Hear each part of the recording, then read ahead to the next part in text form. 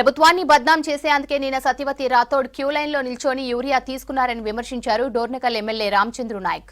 ఆమె అడిగిన వెంటనే అధికారులు 10 బస్తాల యూరియా పంపించారని చెప్పారు. యూరియా కొరత తీర్చని బీజేపీని సత్యవతి రాథోడ్ ఎందుకు ప్రశ్నించలేదని అడిగారు. బీఆర్ఎస్ బీజేపీ కుమ్మక్కై ప్రభుత్వాన్ని బద్నాం చేస్తున్నాయని విమర్శించారు రామచంద్రు నాయక్.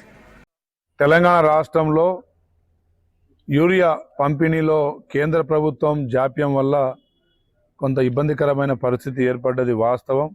దాన్ని బీజేపీ నాయకులు కిషన్ రెడ్డి గారు, అదేవిధంగా పార్లమెంట్ సభ్యులు రఘునందన్ రావు గారు కూడా బహిర్గతం చేసిన విషయం కూడా తెలంగాణ ప్రజానికానికి యథార్థం చెప్పడం జరిగింది.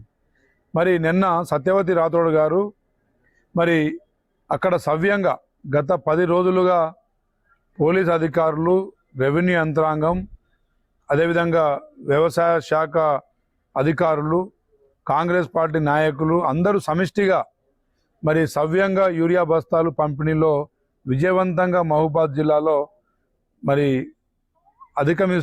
సమస్యల్ని అధిగమిస్తూ మరి యూరియా పంపిణీ జరుగుతూ ఉంది.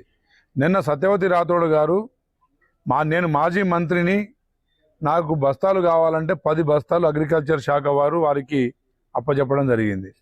10 బస్తాలు ఇంట్లో పెట్టిన తర్వాత మరి 30 మంది మహిళల్ని తీసుకొచ్చి ఒక లైన్లో నిలబడ్డట్టుగా ఒక నాటకీయంగా ఒక మహానటి సావిత్రి గారి లాగా మరి సత్యవతి గారు నటించడం ఇది చాలా హాస్యాస్పదంగా ఉంది.